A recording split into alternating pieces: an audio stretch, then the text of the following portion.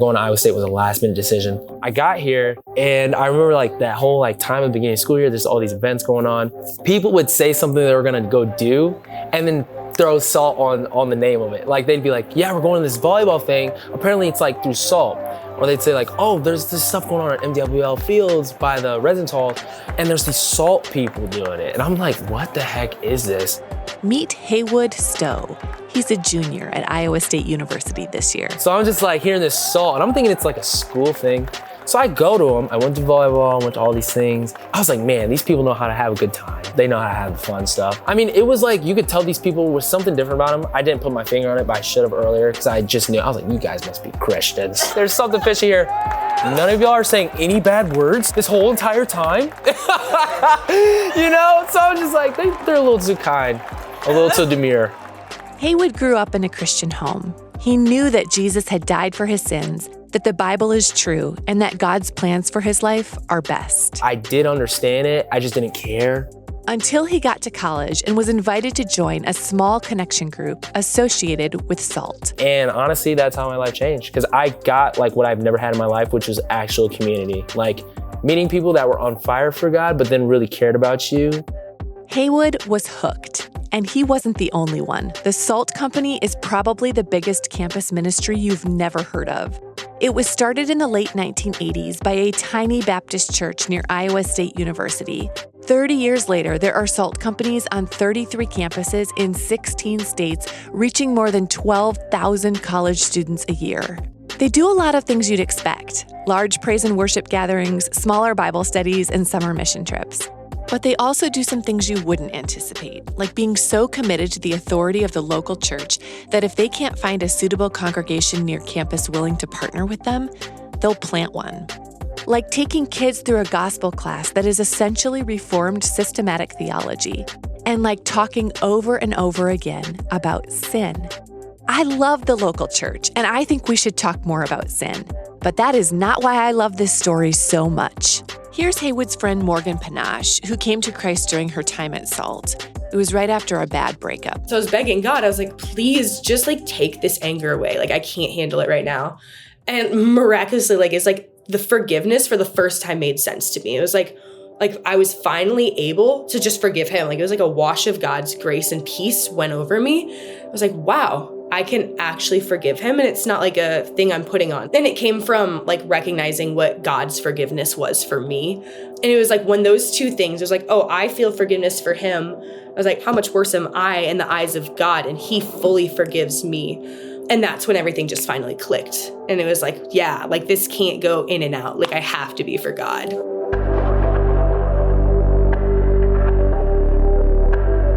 We hear a lot about Gen Z these days. They don't go to church, they don't trust institutions, they don't read their Bibles, and they don't believe in Jesus. And that's true. Overall, they don't do any of those things as much as their parents and grandparents did. And yet, if you talk to campus ministry leaders, they will tell you that Gen Z is looking for help.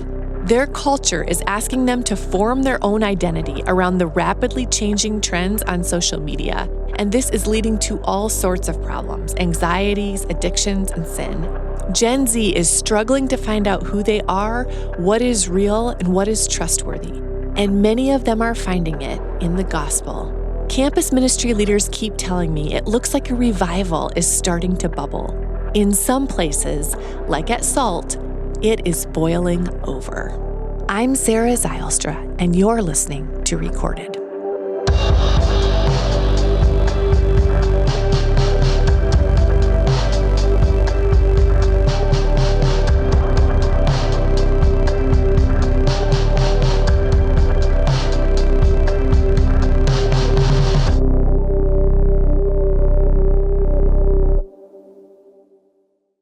Before we talk about Gen Z, we need to talk about Gen X.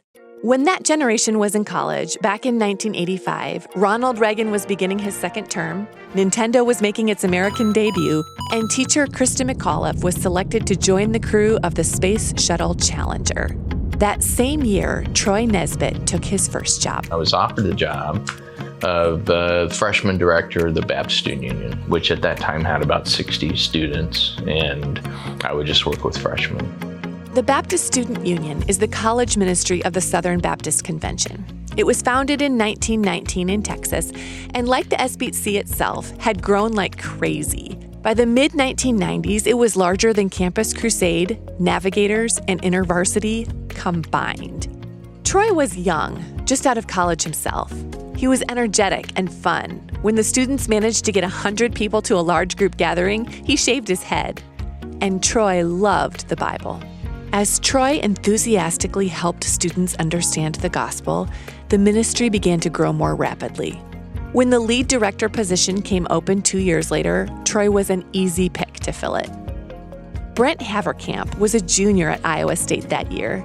He and his friend Chad were looking for a solid campus ministry. So we went and visited every Christian student group that we could find. So third week in the semester, we went to a little group called Baptist Student Union, and it was Troy Nesbitt's first year of leading. Chad and I looked at each other and said, oh, we found it. We just found it.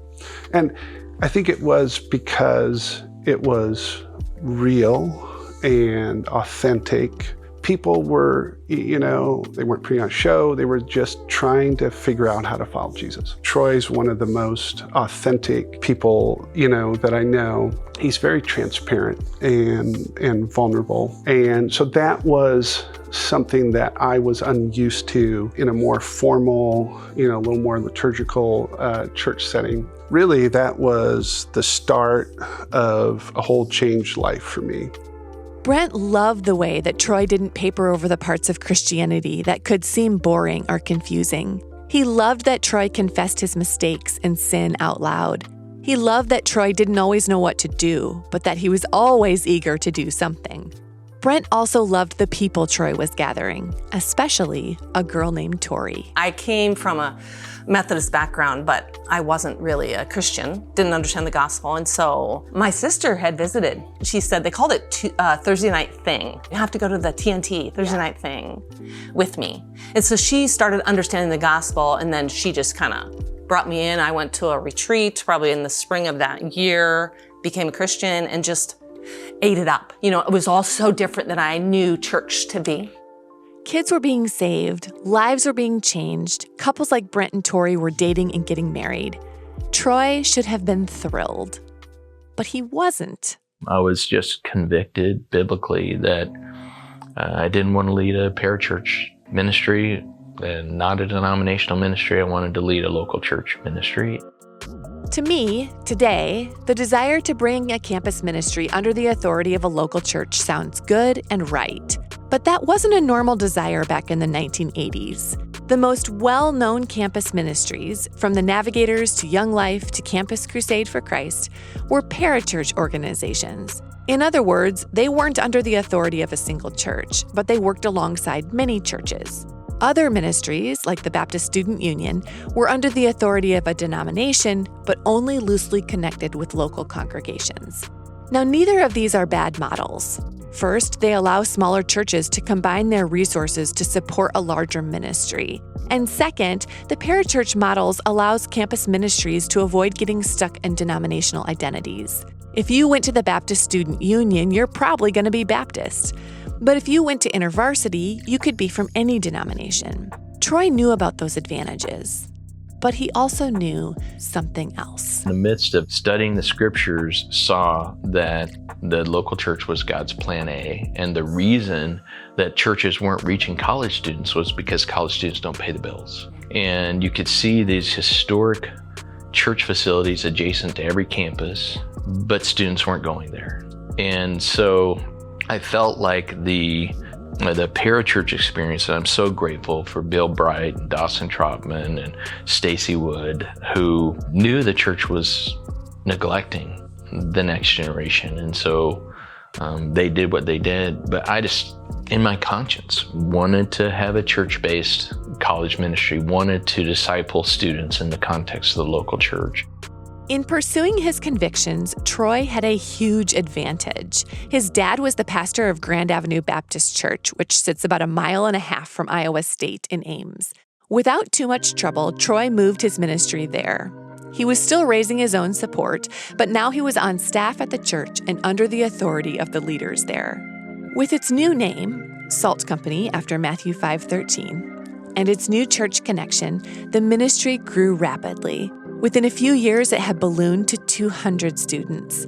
Another 50 had graduated, married each other, settled down in Ames, and joined Grand Avenue Baptist Church. If you're counting, that's about 250 church attendees younger than 30. And then maybe there's 150, maybe 40 and older. And that was the divide at Grand Avenue. Divide is exactly the right word for it.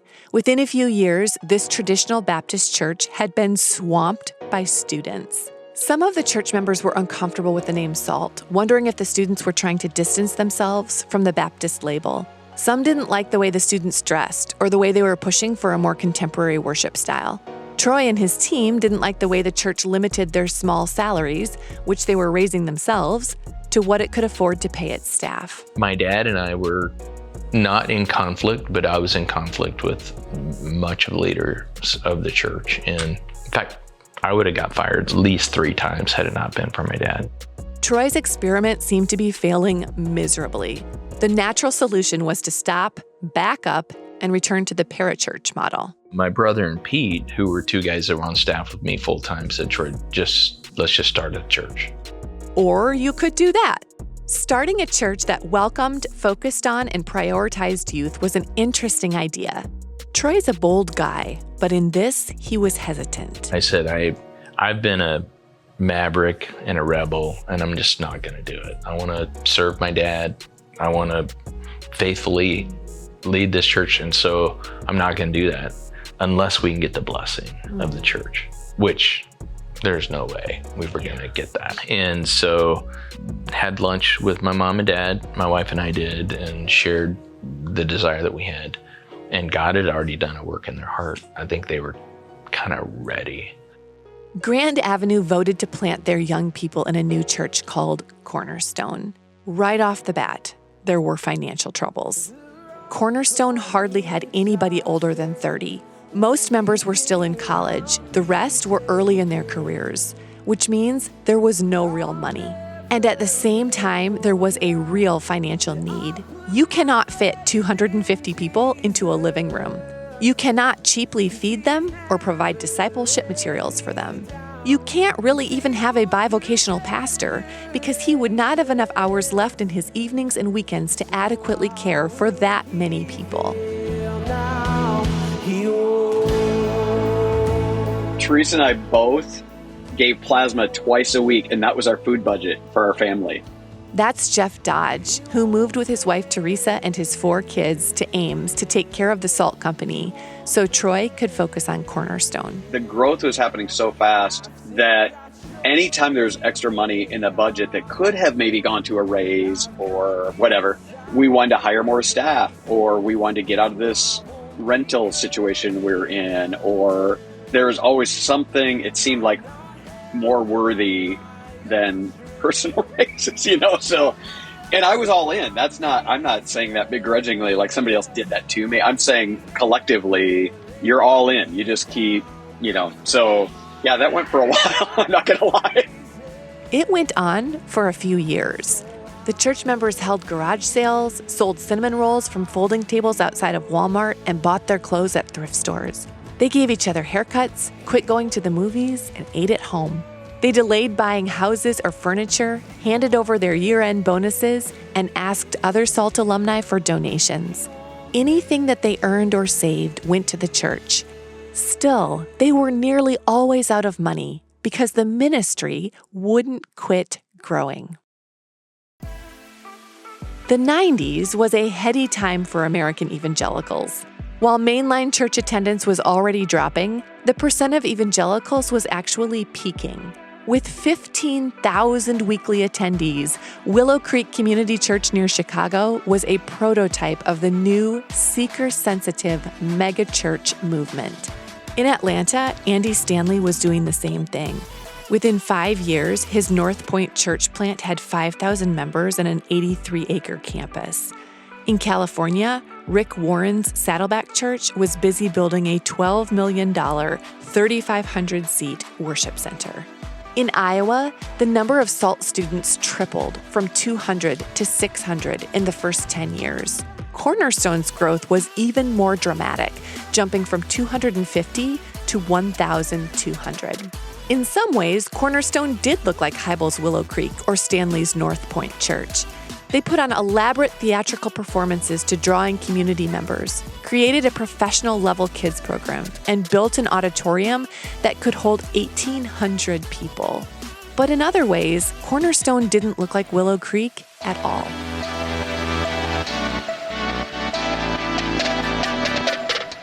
We would go to a Willow Creek conference, to learn about just practically how to do ministry, but we'd go to Bethlehem to learn theology. That's Mark Arendt, who was on staff with SALT then. By Bethlehem, he means the conference and resources put out by Bethlehem Baptist Church in Minneapolis, then led by longtime pastor John Piper. The person influencing Cornerstone toward Bethlehem was Jeff Dodge. Jeff had come to Christ in college when he asked a guy if he could borrow his ID, and the guy gave him the gospel instead. Jeff came to Christ, stopped smoking pot, and started listening to R.C. Sproul and John MacArthur. He went to seminary, and then he went to seminary again. Over the years, he has collected an MDiv from the Master's Seminary and a D.Min and a Ph.D. from Midwestern Baptist Theological Seminary. In 1996, Troy asked Jeff to head up the SALT company. It was a good choice. When I first got there, they were saying things like, we just tell people not to bring their Bibles because we don't want the unbelievers to feel bad when they walk in and they're the only ones without a Bible. And I was like, that is the stupidest thing I've ever heard. That ends now. You know what I mean? But Troy was great. Troy was like, hey, whatever you want, we brought you in to do what you think is right. And I didn't say that, again, out of disdain or what I was watching. Whatever they were doing was incredible. Jeff looked at all those college students on fire for the Lord and wanted to teach them theology. I'm like, we need substance. We need biblical literacy. And so, yeah, it was a great match because Troy would often, I even dedicated my first dissertation to him, push me to do things that I didn't think I could do because he was like that. He could motivate, he could fuel you with vision, right? But I was more the get anchored in the Bible. We did a thing where we got enough ESV Bibles to give to every single soul, so everybody would be reading their Bible. Jeff taught the scriptures expositionally, both Thursday nights and later when he became a pastor at Cornerstone on Sunday mornings. Then he designed something called Gospel 101. And it's a 5-week course. That's Sophie Newberry. She's a senior in college this year. So it lays out the definition of the gospel as the good news that God saves sinners through the birth, life, death, and resurrection of Jesus. And so then each week it focuses on a different part of that definition. I've taken Gospel 1 every semester of college so far, and I'm constantly learning new things and being able to pull out different things from different verses or just the definition itself. One of my favorite things about Gospel 101 is the homework. Each week it prompts survey questions. So one of the survey questions for week 1 is on a scale of 1 to 10, how would you rate humanity? So then that we just go to random students on campus and ask that question. And then they're like, oh yeah, probably 5, 6, there's good people, but there's also bad people. And then it's you flip the question to how would you rate yourself on a scale of 1 to 10? And they can say I think I'm a 7, I'm pretty good, blah, blah, blah. And then we have the opportunity to be can I tell you why I think I'm a 0? And I know that I'm a sinner, blah, blah, blah, blah. Yeah, just the opportunity that Gospel 101 gives to fuel conversations like that. Yeah, in a way that it's we can phrase that as I'm taking this class and I have to do these survey questions. So can I ask you? Because then that's I don't know, it's less intimidating when it's homework. By the time students are done with Gospel 101, they should have a clear grasp of the gospel, the beginnings of a theological framework, and experience having conversations about faith with non-Christians. The Gospel 101 curriculum is so effective that Jeff wrote it into a book that's used by every SALT company today.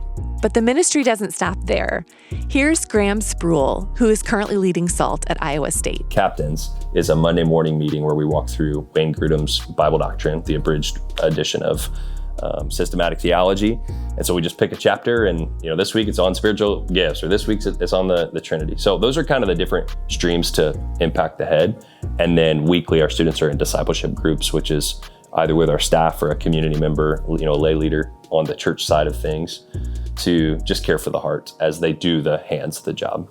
That close discipleship connection to church members is the direct fruit of Troy's decision to move to a local church ministry. So is the clear on-ramp for college students in SALT to join Cornerstone. It works like this. A student gets invited to SALT events where he or she hears the gospel and hopefully accepts it, responds in community, and starts to be discipled by peers in small groups. The leaders are constantly inviting their small group to church, and not just want to come to church this Sunday, but more like, I really want to see you at church on Sunday. Can I pick you up? And then after a pattern is established, it's more like, I'll text you what time I'm going to grab you from your dorm on Sunday morning. Cornerstone lead pastor Mark Vance said that about 60% of the students who come to SALT on Thursday night also show up again on Sunday morning. Throughout the semester, all baptisms are done on Sunday morning with the church. The students are invited to special equipping events at the church, and there is special encouragement to come to church during Advent, Lent, and Easter. To be a student leader in SALT, a young person must become a student member at Cornerstone. Mark said these leaders are expected to attend church on Sundays, serve in church ministries, give financially, and go to members' events. Their discipleship groups are led by church elders or core church members. Mark told me that his goal is not a 4-year college experience, but to plant seeds of godly growth that would one day result in these students becoming elders or pillars of their own local churches. After nearly 40 years of this is what Iowa State looks like. I can't walk into the MU, which is our Memorial Union, and not see people being approached to and asking spiritual questions and having conversations. It's impossible. I've been approached so many times by people who are like, oh, do you believe in God? And I'm like, yes, I do. I'm actually a leader at SALT. Thank you. Let's have this conversation. Because they're like, oh, I don't want to bother you then. I'm like, no, if you want to talk about God, I will talk about God, but come back when you're done fishing, This is fascinating to me because the Iowa State that Morgan goes to is not the same place that Brent and Tori attended. America's shift away from religion has been especially pronounced among the younger generation and on university campuses. That was already visible back in 2010 when the percentage of freshmen who had attended a church service in the past year had dropped to 75%. Christian professors and students were starting to complain about religious discrimination. Over the next decade, a handful of campus ministries, including the Christian Legal Society, InterVarsity, Cru, and Young Life, were kicked off of campuses for requiring members to hold to Christian beliefs, specifically the belief that sex belongs inside the marriage of one man and one woman. One of the places that has shown some of the most blatant hostility to Christian groups is the University of Iowa, just 2 hours down the road from Iowa State. To understand the next part of the story, you need to know something about college rivalries. This is what happens when two schools are relatively close to one another and compete regularly, most notably in sports. Nearly every school has at least one main rival, and the emotion around them can be intense. Think Duke versus North Carolina, Auburn versus Alabama, or UCLA versus USC. Iowa State's biggest rival is the University of Iowa in Iowa City. The state's two biggest schools play each other in just about every sport. Intensifying the rivalry is the fact that the state of Iowa has no major professional sports, and so most of the state's population ends up picking one of these schools as their favorite sports team. Unsurprisingly, the SALT alumni and their families cheered for Iowa State. One of Troy's daughters, Trisha, grew up dreaming of playing basketball there. She was an excellent point guard in high school, so it wasn't outside the realm of possibility. But that is not what happened. She didn't get an offer at Iowa State because they had plenty of point guards, but got an offer to play University of Iowa, which was close, and she wanted to stay close. And so at that time, man, they were the Antichrist. They were the enemy. Troy and his family gritted their teeth and supported Trisha as she headed over to Iowa City. When she took that scholarship, we decided to go help her find a church. They visited a few churches, but couldn't find anything that had both good theology and a love for young people. So when Troy got back to Ames, he asked Mark Arendt, who was leading the Salt Company, if he'd plant a church and a college ministry in Iowa City. Now, this was not an attractive opportunity. The folks at Cornerstone had just finished construction of a new space. Not only would Mark not get to enjoy it and the momentum of Salt Company, but he would have to start from scratch at a school he'd been cheering against since he was a freshman in college. Well, almost from scratch. Troy's like, hey, anyone on staff, ask them. So we went to our SALT staff. I think there were 12 of us. We sat in Jeff Dodge's dining room and I announced to them, I'm going to Iowa City and who wants to go? And we went around and all of them said, yeah, we'll go. Well, you can't all go. And so let's take some time to think about it. That Thursday night, we announced it at Salt Company, who wants to go? There were, over 100 students that stood up and said, yeah, we want to go. Really? The Salt staff all wanted to go back to eating beans and rice in a new city? The Salt students, some of whom were seniors, wanted to transfer to a new school? The next Sunday, Mark stood up at Cornerstone and asked the same thing. Brent and Tori were there along with their high school senior. Luke had decided to enroll at Iowa State, and they were so thrilled that for Christmas they bought him all kinds of Iowa State clothes. So Tori and I are Iowa State graduates, and Tori has two sisters, and they're both Iowa State graduates. They both have husbands that are Iowa State graduates. I have two sisters. They're Iowa State graduates. They both have husbands. They're Iowa State graduates. And so, the University of Iowa is our rival. We're kind of pro-Iowa State. Yeah, we're big Iowa State fans. We live in town, We raise our children to be Cyclones. But he asks. Out of the corner of my eye, I see somebody stand up. And I look and I say, that's my son. Not only did he stand, but he was sitting right next to me and he stood like he was 85. He pushed up on the chair very shakily and just was he knew the weight of this. And he was just shaky because he had chosen to do this really hard thing as an 18-year-old. What on earth? Why? He intimated, I don't remember, something to the effect of, I know how important that was for you and Mom. And I just wanted the opportunity, to do something like you were able to do that is impactful. In the summer of 2010, about 50 SALT kids transferred from Iowa State to the University of Iowa. Of the 7 SALT staff, 6 chose to move. 1 stayed behind, but only because somebody had to rebuild the staff to serve the 800 kids coming to the original SALT. There is strength in numbers, but still, there was no guarantee this second Salt Company was going to work. Iowa City, it's a very liberal city. It's a different kind of university, right? They have the writer's workshop. They have just more of a liberal arts culture. Marilyn Robinson's there, and it's kind of a bastion for literature and the arts, and so it's different. I had someone well-intentioned pastor sat me down and said, well, this isn't going to work there. It's a different place. So if you're planning on trying to do Cornerstone Church in Iowa City, it's just not going to work. That pastor was right. The campus was more liberal. The University of Iowa was the first state university in the country to recognize a gay student organization and to offer insurance benefits to employees' domestic partners. By 2010, they had a pride house, degrees in gender and sexuality, and a medical student club advocating for LGBTQ healthcare. When we got to Iowa, it was more common for students as part of their college experience to experiment with same-sex relationships or hookups, just to find out, is that part of who am I? So it surprised everyone when Veritas Church and the University of Iowa Salt Company took off.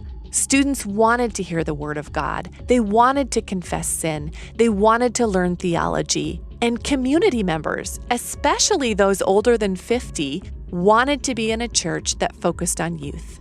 Within 3 years, about 600 people were coming to Veritas, 400 of them part of the college ministry. I've always said that I think Salt Company, trained monkey could lead it because it's so God's blessing. And I think that we are standing under a particular waterfall of God's grace that is truly amazing. So anything that we did, it was so obviously God.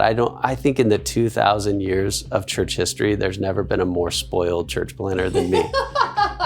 It's put on a tee, and it probably even, if you even miss the ball, you still hit the thing, and the ball and you still get to first base. It was so from the Lord, and so now, how much more obvious is it that it was all God's grace?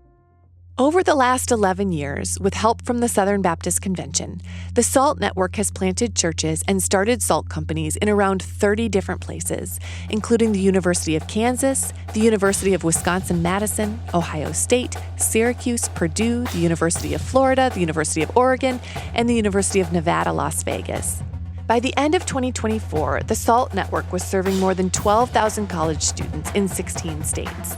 Some of these chapters are exploding, like Florida, where 1,200 kids showed up for the SALT kickoff in August. Some are a little smaller, like at Syracuse, where SALT isn't allowed to operate on campus and holds its meetings in other nearby locations. But all of them are growing, and in a university climate that is more liberal every year. From 1989 to 2017, basically from the time Troy launched the first SALT to when the expansion began, the percent of university faculty identifying as politically liberal grew significantly, and the percent of liberal administrators grew even more. By 2017, for every conservative faculty member, there were 5 liberals. For every conservative student-facing administrator, there were 12 liberal or very liberal administrators. That's not great news for Christians, because those who are politically liberal are statistically less likely to believe in God or call themselves evangelical Christians. That lopsided number of liberals has also contributed to the growth of things like trigger words, safe spaces, rescinded speaking invitations, or the firing of those who seem too controversial, and a lot of self-censoring from students and faculty alike. So what does that mean for SALT? How do Christians effectively engage a secular campus in 2025? They jump right in. The first couple weeks of school, they throw so many different events that it's like impossible to run into someone on campus who hasn't heard of something that's going on.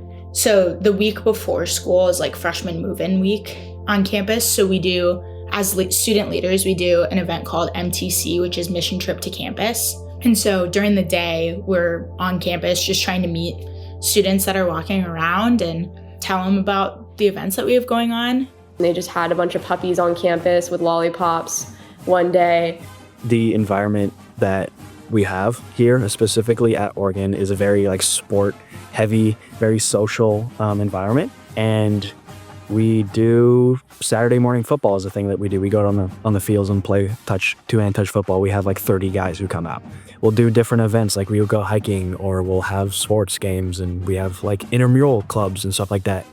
A lot of this might seem obvious. For decades, campus ministries have been pulling kids in through activities and relationships. But campus ministers tell me that Gen Z, hampered by cell phones and COVID, is struggling to connect.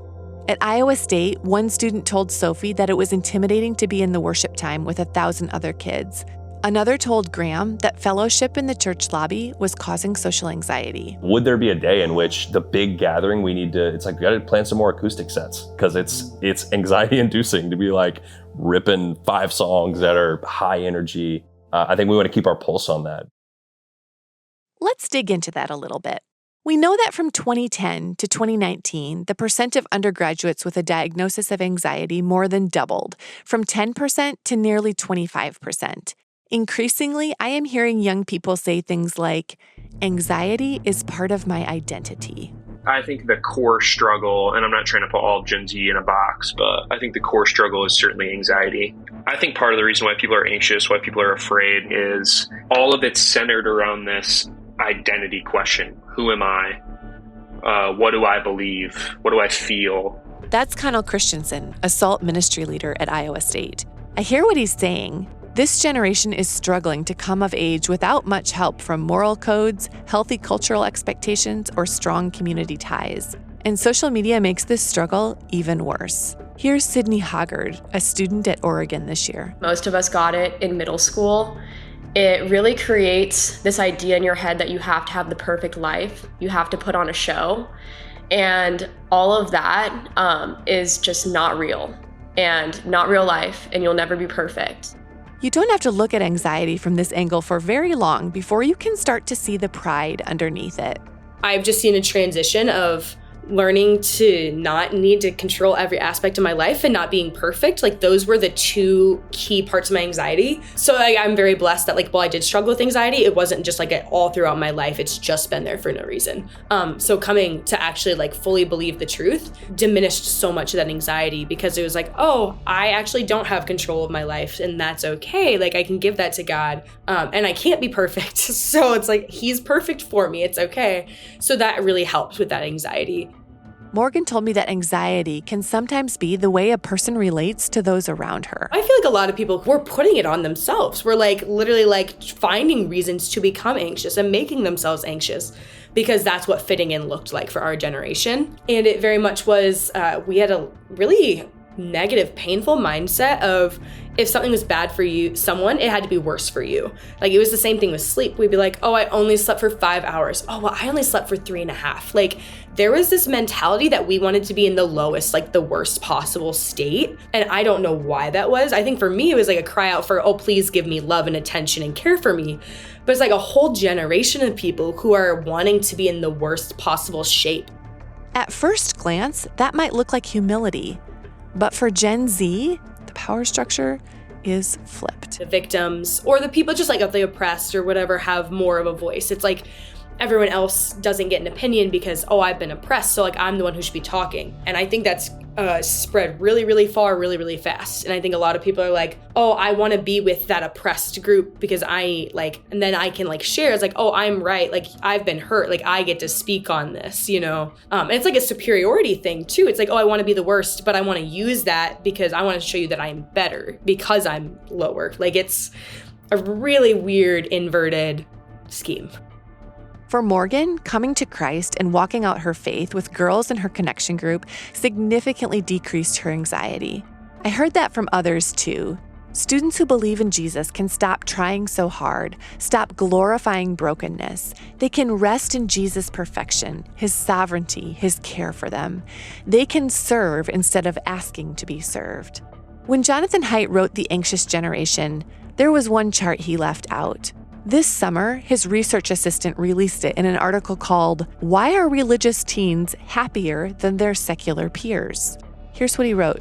Teens without a religious affiliation across the political spectrum started reporting that they felt lonely, worthless, anxious, and depressed at much higher rates starting in the early 2010s. However, religious teens, especially those who report being more conservative, did not. You can see it in his chart. Kids who are religious and conservative report significantly better mental health than their peers who are secular, liberal, or both. The secret, wrote the researcher, is likely not any particular belief system, but the way organized religion and shared beliefs bind communities together. That's not exactly what I'm hearing. Community is really important, but it doesn't change lives the way the gospel does. That is why one of the first things students hear in their SALT connection groups is not a comfortable speech about Jesus' care for the anxious and the depressed. In fact, the first big idea, introduced through testimonies, couldn't be less comfortable or more challenging and unpopular. It's sin. When I got to my first couple of small groups or C groups, with only a couple of people, it gets really personal really quick. We had the chance to all of us share our testimonies and share what our lives were like.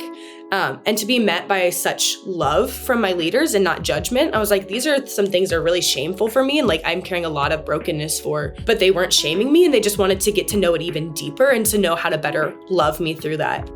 At the beginning of each year, C group leaders share their testimonies, including some of their past sin that Jesus has taken away. This honesty and vulnerability comes from Troy's DNA. But the idea of sin isn't nearly as socially acceptable as it was back when Troy was leading the discussions. The concept of sin is rarely expressed in today's popular culture, author Hilary Brand wrote after doing some research in 2016. When the word does appear, it is frequently in ironic quotation marks and often used in terms of naughty but nice, minor misdemeanors, something disapproved of, an outmoded Catholic shame culture, Islamic oppression, or fundamentalist extremism. Rarely is it used the way the church understands it. In fact, the word sin has grown so unpopular that in 2007, the Oxford Junior Dictionary removed it, arguing that it was no longer language children will commonly come across at home and at school. In a hypersensitive college culture, then, you would think that leading with sin might not be the best idea. But to a lot of students, talking about sin feels like being authentic. Here's Sydney again. I feel like Salt Company does a great job about being very authentic and real. And that's something that's difficult to find, especially in the Pacific Northwest, because people don't really grow up Christian. And so a lot of churches will push the love part of the gospel, and I think that's super important. But what Salt Company does is they also bring in the truth part. And so that was something that I was really looking for, was people to not call me out, but call me up and out of sin. Sydney said that the sins she sees students struggling with the most are the misuse of alcohol and sex. It makes sense to me that kids, especially Christian kids, would identify those as sin. But I know college students these days aren't as likely to grow up in a Christian household. In the public schools, sexual experimentation and pornography use is often seen as normal and healthy. So what do those kids think about the confession of sins? There definitely are some things with some of the guys where we're confessing and they are maybe don't agree that it's a bad thing.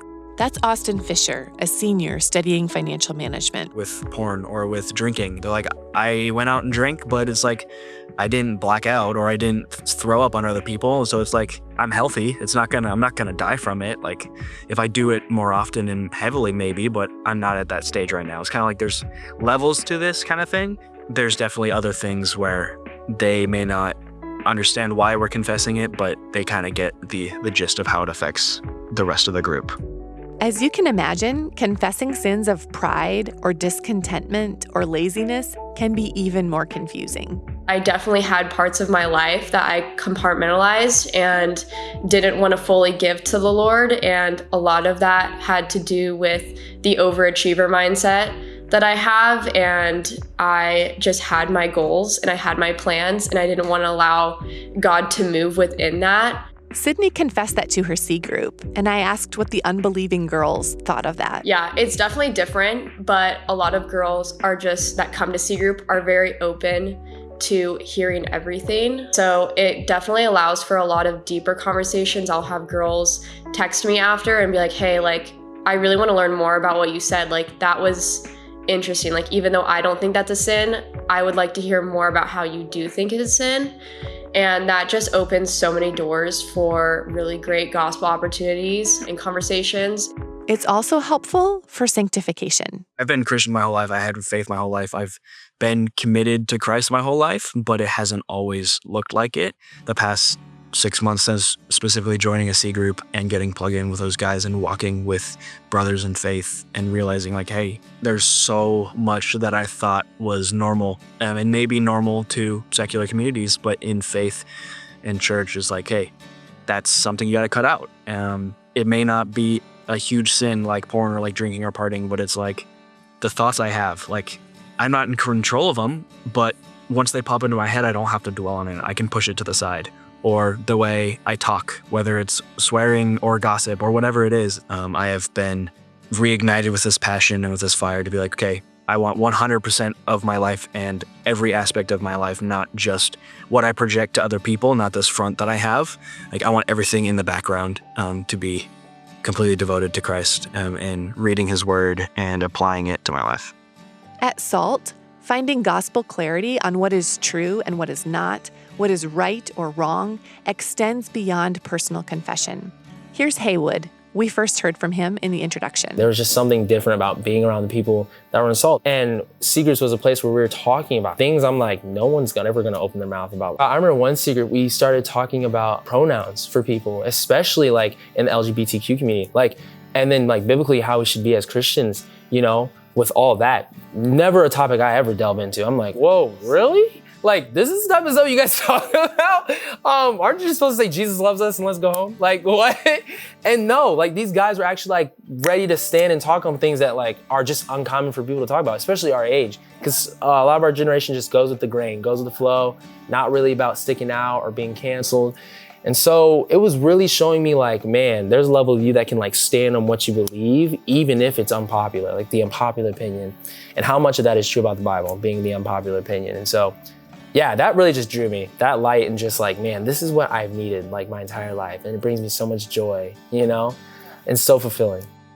Morgan had the same experience. I remember going to conference and hearing Mark Vance talk about gender and sexuality, which was a really hard subject for me because I did like going with the grain. I was comfortable not speaking out. I was like, oh, I'm a nice person, so the nice people don't say controversial things. And both of my siblings would say that they're LGBTQ members. So I was like, I don't want to go against what my family believes. But I felt this you need to stay and listen to Mark talk about this. And being in that room exposed me of oh, wow, God has a beautiful plan and purpose in his word. It's good and it's not bad. And so it started a journey of oh, I really want to know what God's plan is and what his design is, because it's not a bad thing. And it might be hard for some people to talk about, but there's blessings in that. Another huge advantage of talking clearly and openly about countercultural issues means that now C groups can help each other out. Every day, the student leaders Connell is discipling text him how many days it has been since they looked at pornography. At Oregon, Austin and his roommates skip sex scenes in movies and encourage each other to stop lustful thoughts as soon as they pop into their heads. At Iowa State, having Christian friends helped Sophie to be bolder in class. Last semester, I was taking happiness class.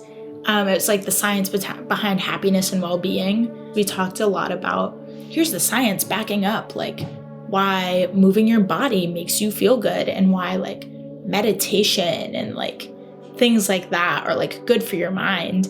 We talked about instant gratification and how in the moment that's great, but then 10 minutes later, am I still riding that high, or has that kind of fanned out and now I'm kind of ooh, now what? And that was something that I wanted to grab hold of and be yeah, there's so many things that we try and grab hold of that we think are going to satisfy us long term, but really it's instant gratification of yeah, sin feels good in the moment. And if I were to go out to a party or do something crazy, sure, that would be fun in the moment, but I'm going to leave that feeling so just lost and confused and lonely.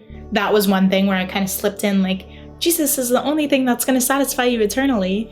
And had one of my best friends in that class too I was hey, if I speak up, are you gonna go after me so that you can reiterate everything I'm saying? She's yeah, I got you. So then that was helpful of this is what I believe, da-da-da-da. And she was yeah, and I second all of that, da-da-da-da. Here's everything that she didn't say that I'm gonna add on to. I asked Sophie what her professor thought about that. The professor was very that's great that that's what you believe. Professors here, I'm noticing, are really good at giving that's your truth, and I want you to be able to express that, and that's beautiful that you believe that, but you don't have to force that on anyone else, and we're not gonna unpack that at all, and I'm not gonna open that up for discussion. I'm curious about this because it's dawning on me that the generation of Christians who deconstructed their faith are probably Sophie's professors. Mike Graham, who co-wrote The Great Dechurching, told me that sure enough, the older millennials have largely stayed in church while the Gen Xers and younger boomers have gone. Dechurching in America will be a temporary phenomenon, he said. Like COVID-19 pandemic spikes, the spike eventually has to come down because there aren't enough people who grew up in church to keep the spike growing. Hence, the thing that follows a spike in dechurching is a spike in the unchurched a generation later. In other words, dechurched parents raise unchurched kids. That makes sense. And it is also exactly what campus ministry leaders are telling me. Generationally, most of our college students are in SALT company going to be either first generation Christians. We have a fraction that come from fervent believing homes. Let's call it a quarter. Then we're going to have another quarter that come from nominal Christian homes, another quarter that came from I've heard of Christ, and another quarter that have nothing. But the vast majority of them, they don't know Adam from Moses at all. Are those unchurched kids of de-churched parents hostile to Christianity? I mean, there certainly is opposition, but I think there's a lot of times it's just students, it's just not on the radar in their worldview even. I personally haven't had any hostile interactions. I would say majority of them are kind of just indifferent. It's like, oh, I go to church, or I'm going to a church group or a ministry or a Christian group, whatever I say. People are like, okay, cool, like good for you kind of thing. It's very neutral, indifferent, or extreme interest are kind of the two options. I think a big phrase in my generation is the phrase live your truth. And it kind of enables people to be like, okay, that's what your truth is, but my truth is different. The my truth, your truth language can be frustrating when SALT students are trying to explain the one truth. But it also seems like the buffer of my truth, your truth allows a little bit of space for conversation. Here's Joanna Kramer. I think this generation too, like they want to know what's true, and they want to figure out what they believe.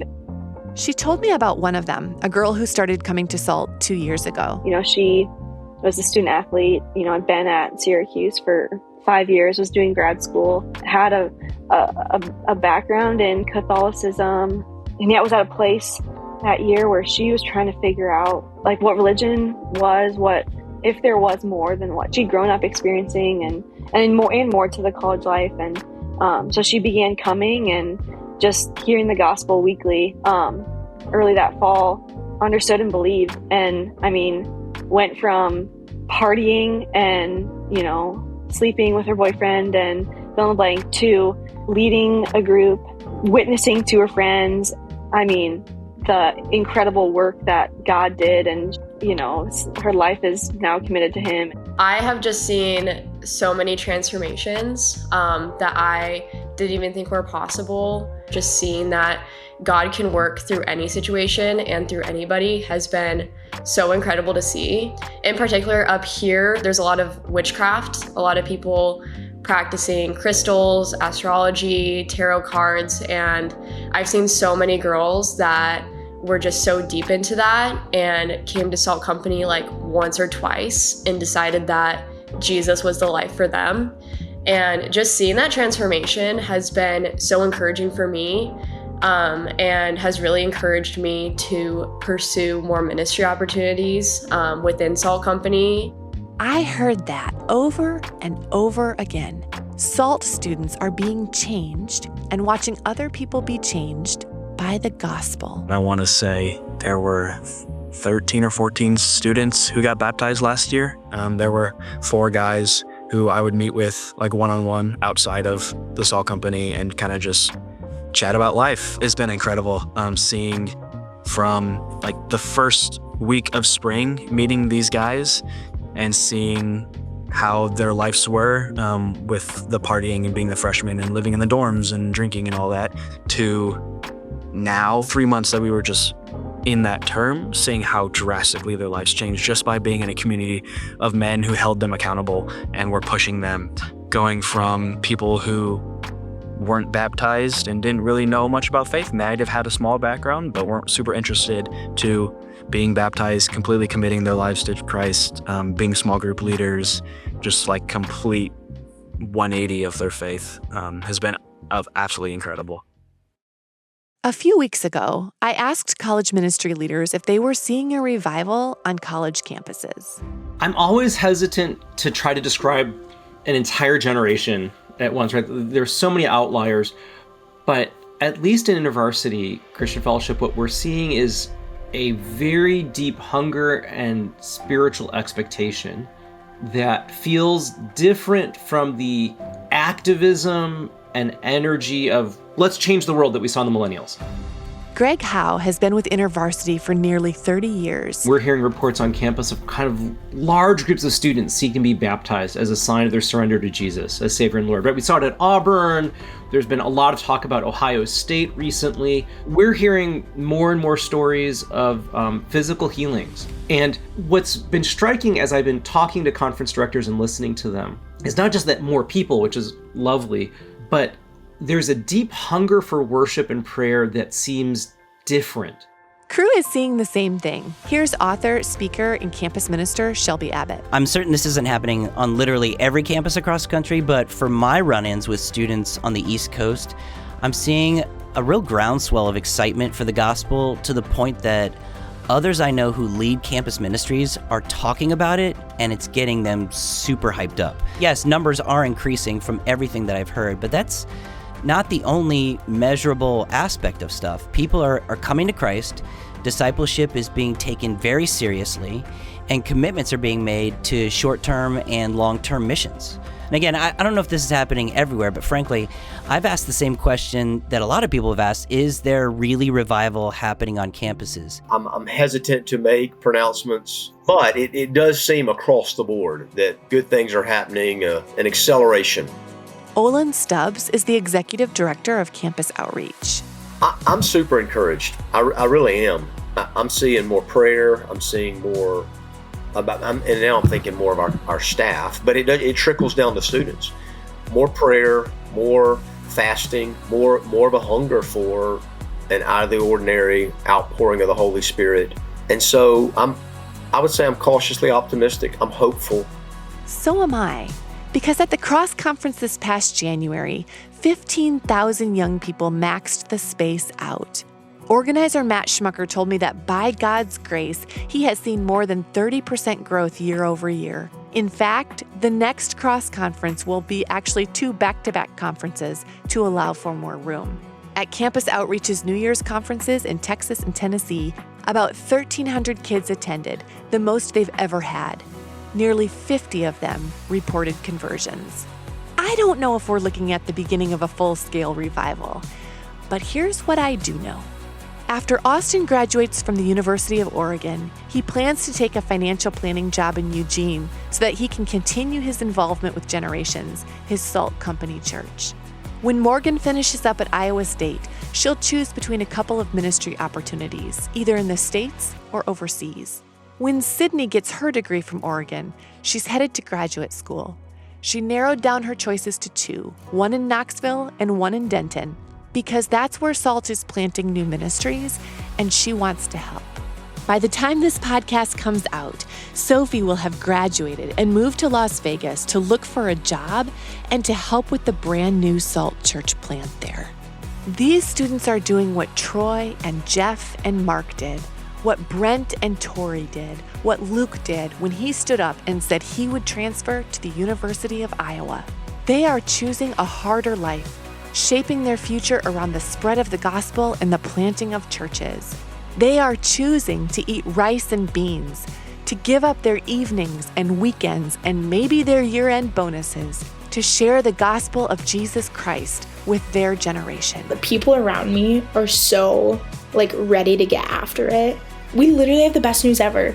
I'm gonna go tell everyone I know about it. I see God working in Salt Company where it's really stirring up young people in this generation that I think a lot of the world has given up on, but they don't even understand that as the world gets evil and more evil because it's the end times and darker, that means the light, God, this light, it has to shine brighter. Yes. As the culture darkens, especially on university campuses, the light of Jesus is shining brighter. As the promises of sin prove themselves false, the image bearers of God in the next generation are looking for something better. And what they're finding is an identity more beautiful than any brand they could imagine for themselves, a salvation more holy and gentle than any virtue signaling, a security stronger than their anxiety. They are finding a community knit tighter than their blood relatives, a purpose big enough to shape their lives around, and a joy and relief so big they cannot keep it to themselves. For God so loved this lonely, anxious, addicted, upside-down generation that he gave his only son.